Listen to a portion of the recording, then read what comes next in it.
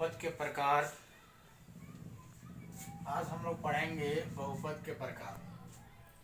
बहुपद कई प्रकार के होते हैं, लेकिन यहाँ पर हम लोग पढ़ेंगे अचर बहुपद, उसके बाद रैखिक बहुपद जिसको हम एक घातीय बहुपद कहते हैं, उसके बाद हम लोग पढ़ेंगे द्विघात बहुपद, उसके बाद 10th में हमको लास्टली त्रिघात बहुपद तक हमको डिस्कस करना है। तो चलिए हम स्टार्ट करते हैं। सबसे पहले आपको पढ़ना है अचर बहुपद। अचर बहुपद इसको हम कहते हैं कांस्टेंट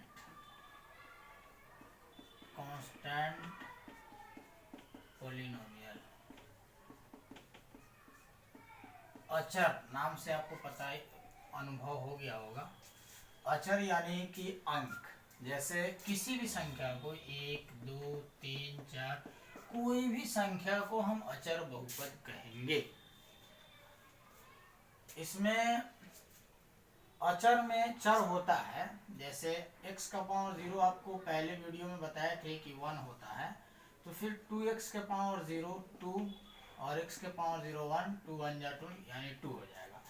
तो इसमें चर और अचर दोनों रहता है, लेकिन चर का घात 0 होता है, इसीलिए सिर्फ और सिर्फ अचर यानी अंक लिखा जाता है। और यह अचर बहुपद में कोई भी संख्या 1 2 3 4 कोई भी संख्या को हम अचर बहुपद कहेंगे। उसके बाद दूसरा होता है रैखिक बहुपद। रैखिक बहुपद लीनियर पॉलिनोमियल।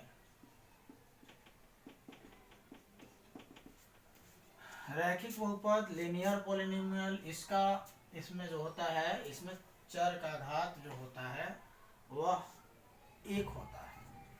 जैसे x रैखिक बहुपद है, इसका भी एग्जांपल देख लीजिए। x प्लस 1,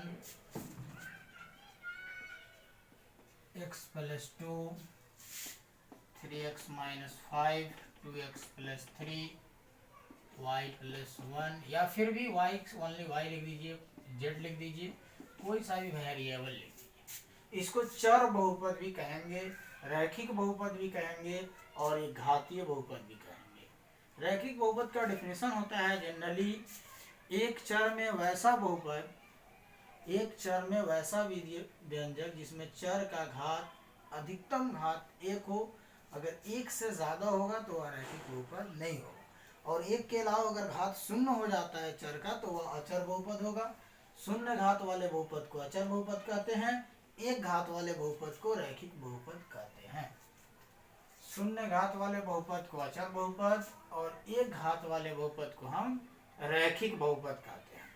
अब रैखिक बहुपद में घात 1 होता है, इसलिए इनका शून्यक भी 1 होगा। रैखिक बहुपद में शून्यकों की संख्या, रैखिक बहुपद में शून्यकों की संख्या 1 होती है।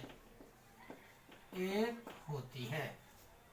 रैखिक बहुपद में 1 शून्यक होते हैं, यानी रैखिक बहुपद का जब शून्यक निकालेंगे तो सिर्फ 1 निकलेगा। रैखिक बहुपद का व्यापक रूप, रैखिक बहुपद का व्यापक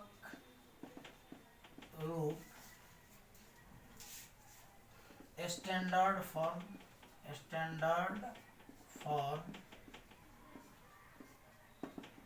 ax बराबर लिख दीजिए ax प्लस b होता है।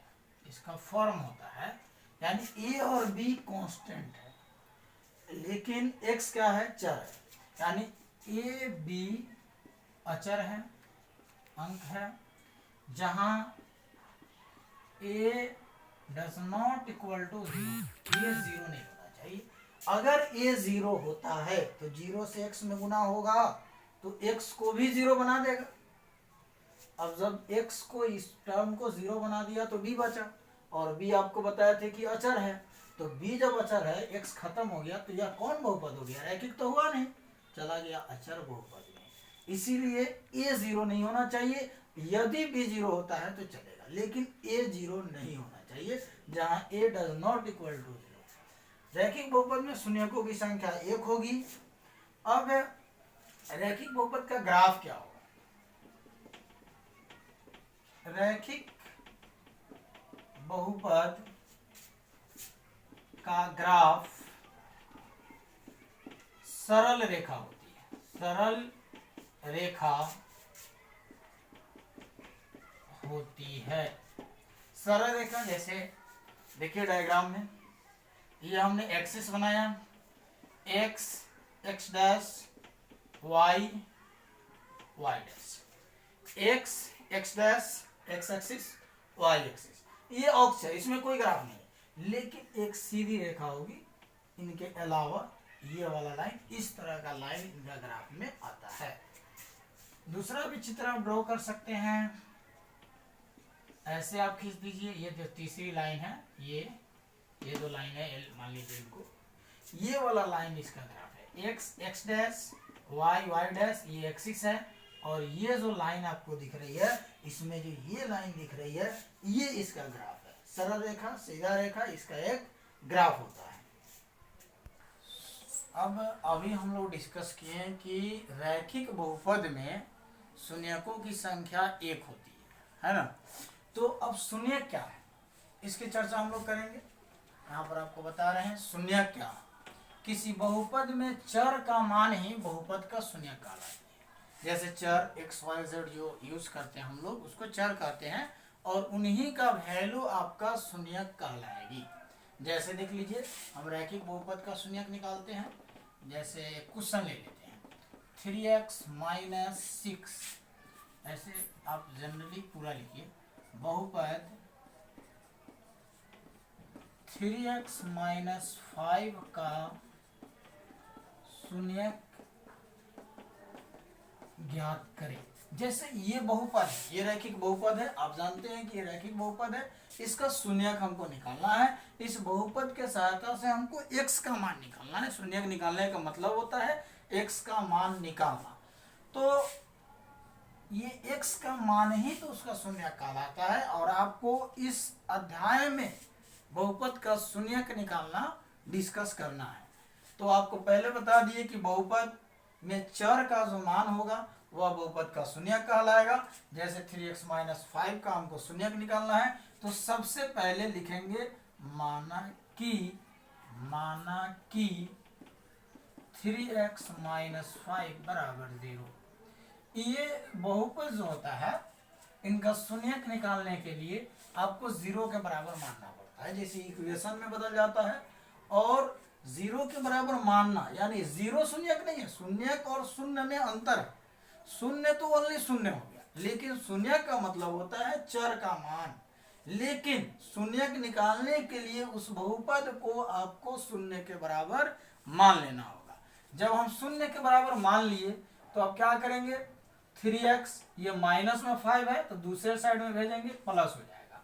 अब फिर x लिखेंगे, 3x है, लिखेंगे 3x बराबर 5।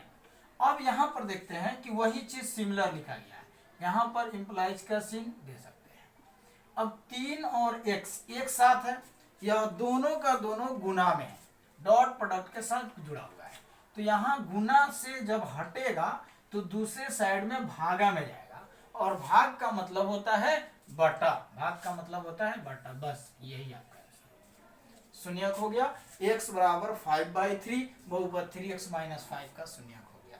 चलिए एक और क्वेश्चन हम देखते हैं, 2x माइनस 6 का शून्यक ज्ञात करें, का शून्यक ज्ञात करें। अब 2x माइनस 6 जो है, इनको भी हम क्या मानेंगे, 0 के बराबर मानेंगे। माना कि 2x माइनस 6 बराबर 0, तो अब 2x बराबर, अब ये माइनस में तो उधर जाएगा तो प्लस होगा, फिर x बराबर 6, 2 गुना में तो भाग में। अब यहाँ देखिए कट जा रहा है, 2 तिहाई 6, x बराबर 3, यानी 2 से 6 में भाग दिया तो हमको क्या आ गया, 3 आ गया। ये आपका शून्यक हो गया। यहाँ इम्प्लाइज का चिन्ह आप लगाएंगे। यहाँ पर इसलिए भी लिख सकते हैं। हम लोग डिस्कस करेंगे द्विघात बहुपद, क्वाड्रेटिक पोलिनोमियल। क्वाड्रेटिक पोलिनोमियल द्विघात बहुपद वह बहुपद जिसमें चर का